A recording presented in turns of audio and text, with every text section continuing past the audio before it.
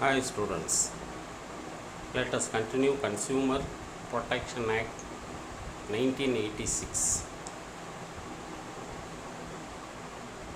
The central government enacted a comprehensive law.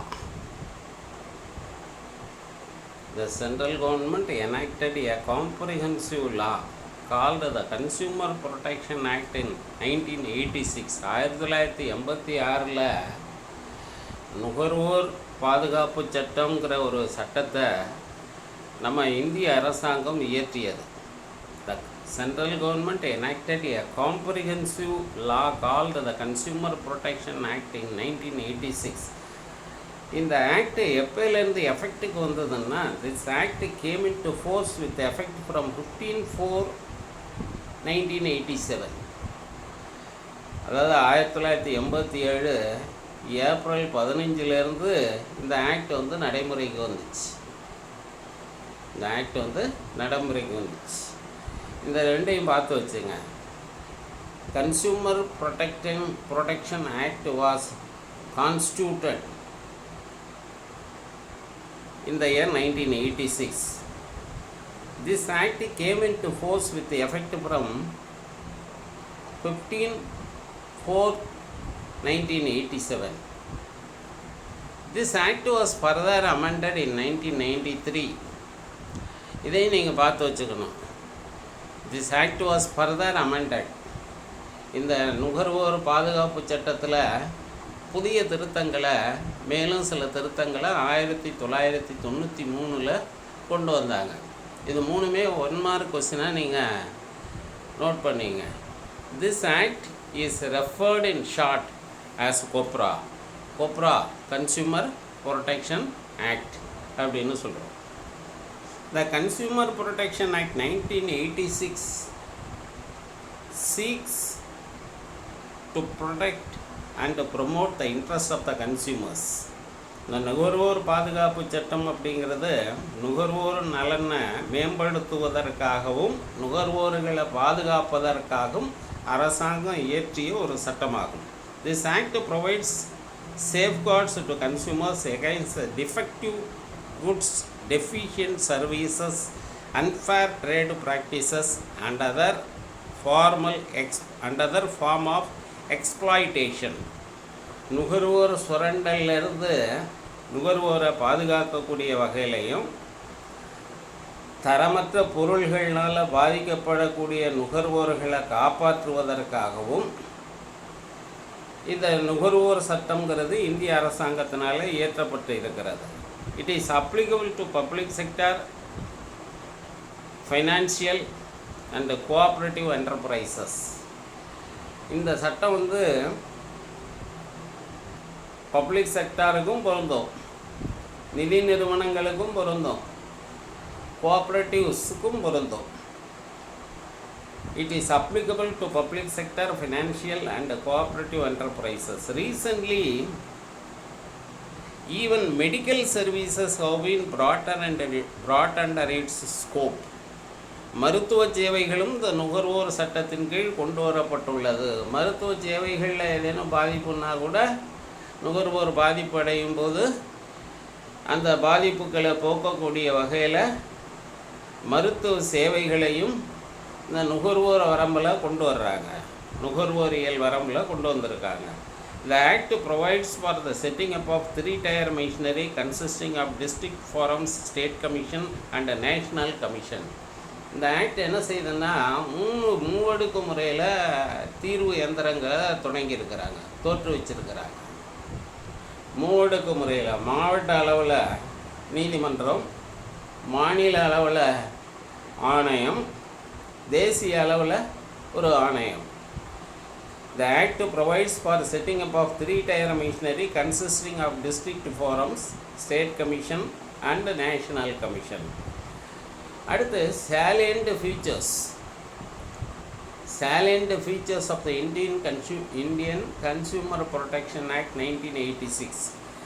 இந்த நுகர்வோர் பாதுகாப்பு சட்டத்தினுடைய சிறப்பு இயல்புகள், சிறப்பு கூறுகள் என்னென்னா, அதில் ஒரு சிறப்பு கூறுகள்ங்கிற தலைப்பில் ஒரு 10 செய்திகள் தகவல்கள் கொடுக்குறாங்க. சேலியன்ட் ஃபீச்சர்ஸ் 10 கொடுத்துருக்காங்க. Protecting consumers against the products and services which are harmful to the health of consumers.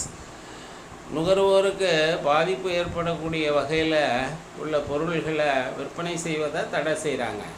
பாதிப்பு ஏற்படாத வண்ணம் பார்த்துக்கிறாங்க.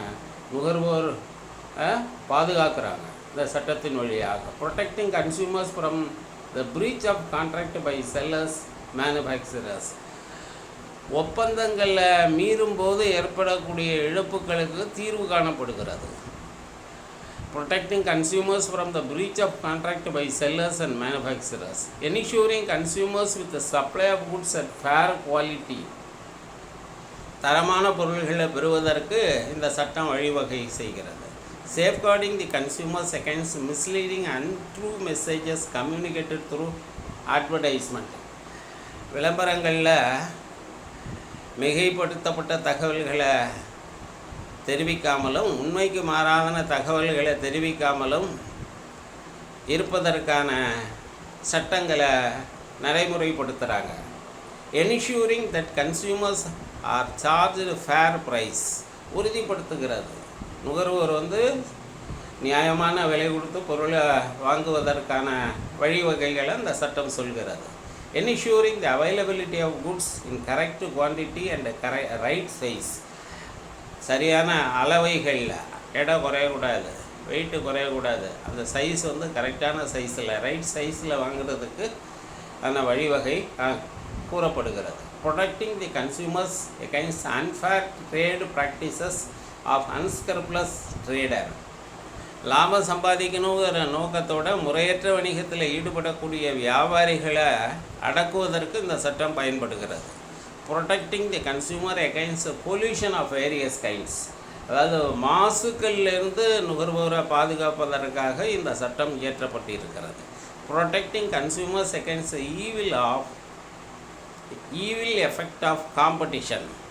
அதாவது ஒரு வியாபார நிறுவனம் இன்னொரு வியாபார நிறுவனத்தோட போட்டி போடும். இந்த போட்டியில் பாதிப்பு யாருக்குன்னா போட்டி போட்டுக்கிட்டு பொய்யான தகவல்களை அவங்க கொடுப்பாங்க விளம்பரத்தின் மூலமாக. இதையெல்லாம் இந்த சட்டம் தடுக்கிறது. Protecting consumers against evil effect of competition. இதுக்கான வழிவகைகளை சொல்கிறது. Then importance of consumer protection. நுகர்வோர் பாதுகாப்பினுடைய முக்கியத்துவம். Consumer protection has a wide agenda. It is not only purposed to educate the consumers about their rights and responsibilities but also helps in getting their grievances redressal.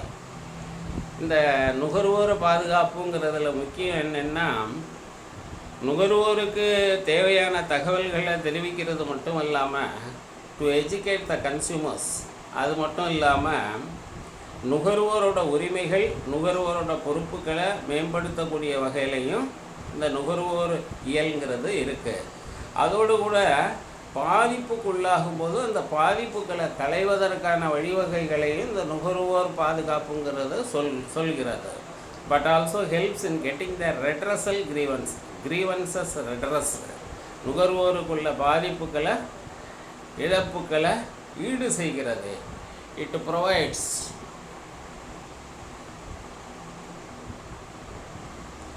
provides judicial machinery for protecting the interests of the consumers to come together and organize themselves into consumer association for protection and promotion of their interest. நுகர்வோருக்கு பாதிப்பு வரும்போது அந்த பாதிப்புகளை அவரோட நுகர்வோருக்கு ஏற்பட்ட குறைகளை போக்குவதற்காக ஜுடிஷியல் மிஷினரி இந்த சட்டத்தின் வாயிலாக மூவடுக்கு நீதி எந்திரங்களை அரசாங்கம் அமைச்சிருக்கு. நம்ம ஏற்கனவே பார்த்தோம் இல்லையா, district forum, state commission, national commission. Consumer protection has a special significance for business too. இன்றைக்கி மிக முக்கியத்துவம் வாய்ந்ததாக இருக்கிறது. வணிக உலகில் நுகர்வோர் இயல் என்பது முக்கியத்துவம் பெற்றதாக இருக்கிறது. Then Objectives of Consumer Protection Act 1986. What are the objectives of Consumer Protection Act 1986? ஒரு 7 objectives கொடுத்துருக்குறாங்க. Following are the objectives of Consumer Protection Act. Protection of consumers against marketing of goods which are hazardous and dangerous to life and the property of consumers. நுகர்வோருக்கு ஆபத்து விளைவிக்கக்கூடிய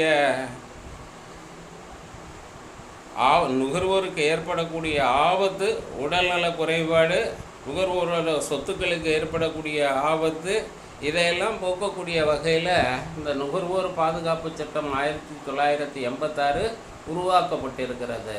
இதோட குறிக்கோள் இதெல்லாம் வராது, இதெல்லாம் நீக்கணும், இந்த நுகர்வோருக்கு பாதிப்புகள் வரக்கூடிய பாதிப்புகளை நீக்குவதற்காக இந்த சட்டம் உருவாக்கப்பட்டு இருக்கிறது. Providing correct and complete information about quality, quantity, purity, price and standard of goods purchased by the consumers. அதாவது நுகர்வோர் வாங்கக்கூடிய பொருள்கள் பற்றி முழுமையான தகவல்கள் நுகர்வோருக்கு தரப்பட வேண்டும். நுகர்வோர் வாங்கக்கூடிய அந்த பொருள் தரமானதாகவும் சரியான அளவிலேயும் இருக்கணும், அது கலப்படமற்றதாக இருக்க வேண்டும். இது நுகர்வோர் பாதுகாப்பு சட்டத்தினுடைய குறிக்கோள். இம்பார்ட்டன்ஸ், முக்கியத்துவம். Protecting consumers from untrade practices of traders. வியாபாரிகளோட முறையற்ற வணிகத்தை தடுப்பது இதனுடைய முக்கியத்துவம். Empowering consumers to seek redressal against exploitation. நுகர்வோர் பாதிப்புக்குள்ளாகும்போது அந்த குறைகளை சரி செய்வது, அவர்களோட இழப்புகளை ஈடு செய்வது இதனுடைய நோக்கம், முக்கியத்துவம். Educating the consumers of the rights and duties. நுகர்வோருக்குள்ள உரிமைகளை, நுகர்வோருடைய கடமைகளை அவருக்கு சொல்கிறது நுகர்வோர் கல்வி முக்கியத்துவம் பெறுகிறது. Ensuring better standard of living for consumers by providing them with quality products at fair price. நியாயமான விலையில் தரமான பொருள்களை வாங்கி பயன்படுத்துவது முக்கியத்துவம் பெறுகிறது. இதன் மூலமாக நுகர்வோட வாழ்க்கை தரம் மேம்படுகிறது. Putting in place right mechanism like councils and other authorities to enable the consumers to enforce the rights. Putting in place right mechanism like councils. நிறைய கவுன்சில்ஸ், தன்னார்வலர் குழுக்கள் நிறைய ஏற்படுத்தி, வாலண்டியர்ஸ், நுகர்வோரில் தன்னார்வலர்கள் பல பேரை இணைந்து அவங்களோட ஒருங்கிணைந்த முயற்சிகள் மூலமாக அவங்களோட உரிமைகள் நிலைநாட்டுவதற்கு முக்கியத்துவம் வாய்ந்ததாக கருதப்படுகிறது. அடுத்து ஒரு சிறு பகுதி கெவேட் டெம்டர், கெவேட் வெண்டிட்டர். இந்த 2 தகவல்களோட இந்த லெசன் முடியுது. கெவேட் டெம்டர். கெவேட் டெம்டருங்கிறது ஒரு லெட்டின் மொழியிலிருந்து பெறப்பட்ட ஒரு சொல். Caveat emptor is a Latin term that means let the buyer beware. Let the buyer beware. வாங்குவோரே விழிப்பாயிரு, வாங்குவோரே ஜாக்கிரதையாரு. இது ஒரு காலத்தில் இந்த தத்துவம், இந்த கருத்து பின்பற்றப்பட்டது. Similar to the phrase sold as is. என்ன வைக்கிறோமோ அதுதான், என்ன இருக்கோ அதுதான். அந்த கருத்து அடிப்படையில் நீங்கள் தான் பார்த்துக்கணும். பொருளை விற்கிறவருக்கு அந்த பொறுப்பு கிடையாது. வாங்குறவர் அந்த பொருளை தரமான பொருளா, அதில் எந்த குறையும் இல்லையா, இதை அவர் செக் பண்ணி வாங்கிட்டு போகணும். வாங்கிட்டு போன பிறகு அதில் போய் ஏதாவது குறைபாடு இருக்குங்கிறது தெரிய வந்ததுன்னா நாங்கள் பெற்றவர்கள் நாங்கள் எந்த பொறுப்பும் எடுத்துக்க முடியாது, நாங்கள் பொறுப்பேற்க மாட்டோம். இந்த கருத்து ஒரு காலத்தில் பின்பற்றப்பட்டது. எப்படின்னா, the principle of caveat emptor serves as a warning to the buyers that they have no recourse with the seller if the product does not meet their expectation. பின்னாடி ஏதாவது குறைபாடு வந்ததுன்னா அதுக்கு நாங்கள் பொறுப்பேற்க மாட்டோம், பொருளை மாற்றி கொடுக்க மாட்டோம் அப்படிங்கிறது caveat emptor. Let the buyer beware. The term actually means that let a purchaser beware. Buyer பீவேர்னு சொல்லலாம், பர்ச்சேசர் பீவேர் அப்படின்னு சொல்லலாம். The assumption is that the buyers will inspect and otherwise ensure that they are confident with the integrity of the product before completing a transaction. அதாவது வாங்குறதுக்கு முன்னாடி நீங்கள் தான் இந்த பொருளை நல்லா பார்த்துக்கணும், தரவாக செக் பண்ணிக்கணும். இதில் எந்த குறைபாடு இருந்தாலும் அதற்கு நாங்கள் பின்னாடி பொறுப்பேற்க மாட்டோம், மாற்றி தர மாட்டோம் அப்படிங்கிறது தான் கெவைடெம்டனுடைய கருத்து. This does not hour give sellers a green light to actively engage in fraudulent transaction. இது ஒன்றும் பச்சை கொடி காட்டலை. தவறான பொருள்களை, வீணா போன பொருள்களை விற்கிறதுக்கு ஒன்றும் பச்சை கொடி காட்டுறதா அர்த்தம் கிடையாது. Caveat emptor in practice.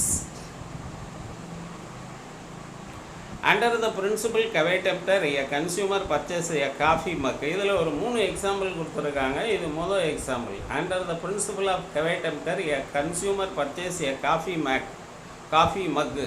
காஃபி சாப்பிட்றதுக்காக ஒரு மக்கு, ஒரு கோலை வாங்குறாரு. And later discovers that it has a leak. He has no choice other than to keep it with him. வாங்குறதுக்கு முன்னாடியே அவர் என்ன செய்யணுன்னா எல்லாத்தையும் செக் பண்ணிவிட்டு டம்ளரை நல்லா பார்த்து அதில் எந்த விதமான லீக்கேஜும் இல்லைங்கிறத உறுதிப்படுத்திக்கிட்டு தான் அவர் அந்த பொருளை வாங்கணும். ஏன்னா இந்த கெவைடெம்டர்ங்கிற பிரின்சிபிள் இங்கே ஃபாலோ பண்ணுறதுனால வாங்கின பிறகு பணத்தை கொடுத்து பொருளை வாங்கின பிறகு அவர் வீட்டுக்கு கொண்டு போய் பயன்படுத்தும் போது லீக்கேஜ் இருக்குதுன்னு சொன்னால் அதற்கு அந்த வியாபார நிறுவனம் பொறுப்பேற்காது. இது let the buyer beware, purchaser beware அப்படிங்கிற கான்செப்டில் இருக்குது. According to this principle, the buyer should have been cautious. அவர் தான் முன்னெச்சரிக்கையோடு இருக்கணும். and should have thoroughly examined the product to check the defect if any. வாங்குறதுக்கு முன்னாடி அதை நல்லா செக் பண்ணிவிட்டு வாங்கணும். இது முதல் எக்ஸாம்பிள். அடுத்து இன்னொரு எக்ஸாம்பிள் கொடுத்துருக்குறாங்க பாருங்கள். See, there is another one example, a used car transaction between the two private parties. அடுத்த ரெண்டாவது எக்ஸாம்பிள், ஒரு யூஸ்டு காரை விற்கிறாங்க.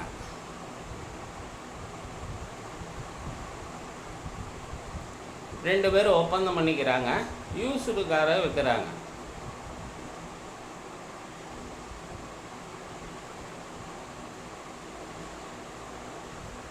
A more common example is a used car transaction between two parties as opposed to dealership in which the sale is subject to implied warranty.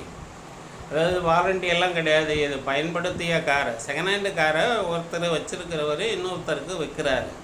அப்போ இந்த எக்ஸாம்பிளில் பாருங்கள், த pier must assume the responsibility of thoroughly researching and inspecting the car by taking it to the mechanic for a closer look before finalizing the sale. அதாவது வாங்குறவர் என்ன செய்யணுன்னா ஒப்பந்தம் போடுறதுக்கு முன்னாடியே இல்லை ஒப்பந்தம் போட்ட பிறகாவது அந்த காரை எடுத்துகிட்டு போய் நல்ல ஒரு விவரம் தெரிஞ்ச ஒரு மெக்கானிக்கிட்ட காட்டி அதனுடைய பார்ட்ஸ் எல்லாம் எப்படி இருக்குங்கிறத செக் பண்ணணும். The buyer must assume the responsibility thoroughly researching and inspecting the car by taking it to mechanic for a closer look before finalizing the sale. If something comes up after the sale, it is not the seller's responsibility. இங்கே காருக்கு ஒன்றும் உத்தரவாதம் கிடையாது. அதனால் இது பயன்படுத்திய காருங்கிறதுனால வாங்குறவர் தான் அதை மெக்கானிக்கிட்ட கொண்டு போய் கொடுத்து அது எல்லாம் சரியாக இருக்கா, கார் நல்ல நிலைமையில் இருக்கா, இவ்வளோ காசு ஒர்த்தியாக இருக்கா, ஒர்த்ஃபுல்லாக இருக்காங்கிறத தெரிஞ்சுக்கிட்டு அதுக்கான பணத்தை கொடுத்து அந்த பொருளை காராக வாங்கணும். வாங்கின பிறகு அதில் என்னென்ன குறைபாடுகள் இருக்குது அப்படின்னு கிளைம் பண்ணுவதற்கு முடியாது. இது ரெண்டாவது எக்ஸாம்பிள். மூணாவது எக்ஸாம்பிள் ஒன்று இருக்குது பாருங்கள். But caveat emptor principle cannot be applied where the car is bought fresh from a showroom because it is governed by warranty for certain years. இப்போ இதே காரை ஒரு ஷோரூமில் போய் நம்ம வாங்குகிறோம், புது கார் வாங்குகிறோம், வாங்கின பிறகு தான் பார்க்குறோம் சில குறைபாடுகள் இருக்குங்கிறது நமக்கு தெரியுது. அப்போ இந்த கார் விற்ற நிறுவனம் அந்த பாதிப்புகளை களைந்து தரக்கூடியது, அந்த பாதிப்புகளை இல்லாமல் அந்த குறைபாடுகளை சரி செய்து தருவது அவர்களோட கடமை. அவங்க அதிலேருந்து தப்பிக்க முடியாது.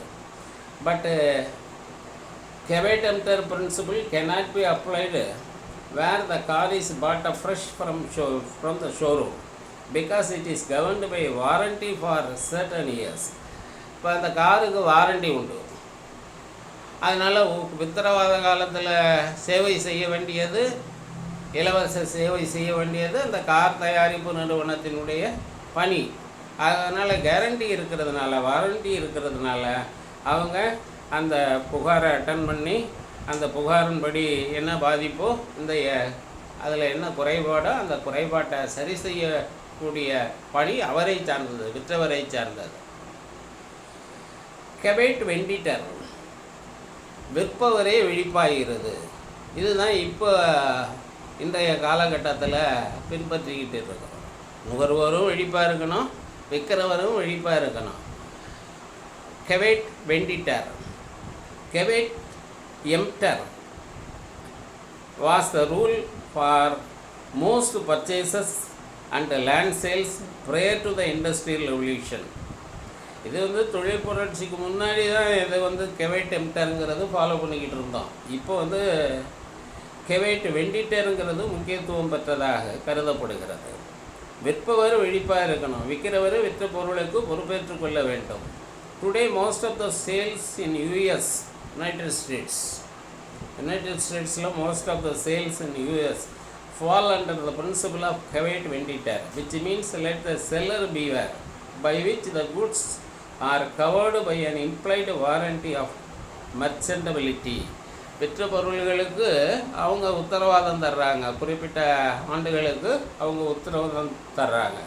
ஸோ கெபேட் வெண்டிட்டர் பாலிசியை, அந்த பிரின்சிபலை இன்றைக்கி ஃபாலோ பண்ணுறோம்.